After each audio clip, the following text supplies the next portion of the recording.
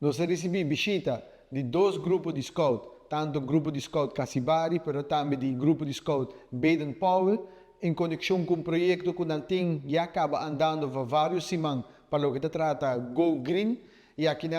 vanuit do Ministério de Natureza, nós damos uma explicação de que o governo está fazendo para conservar, proteger a natureza de Aruba, mas também nós damos conhecimento que também pode ajudar-nos a se mais para nos produzir natureza de Aruba e valor que merece.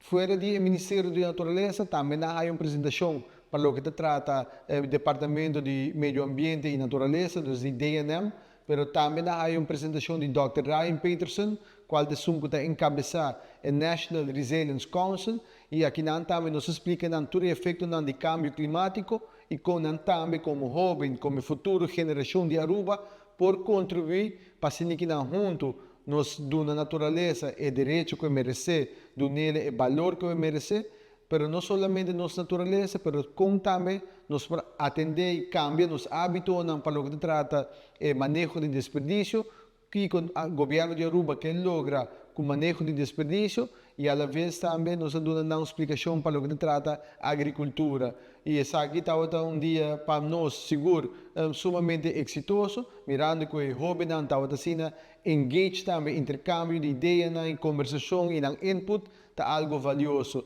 mirando que está panang nos para a futura geração de nossa isla.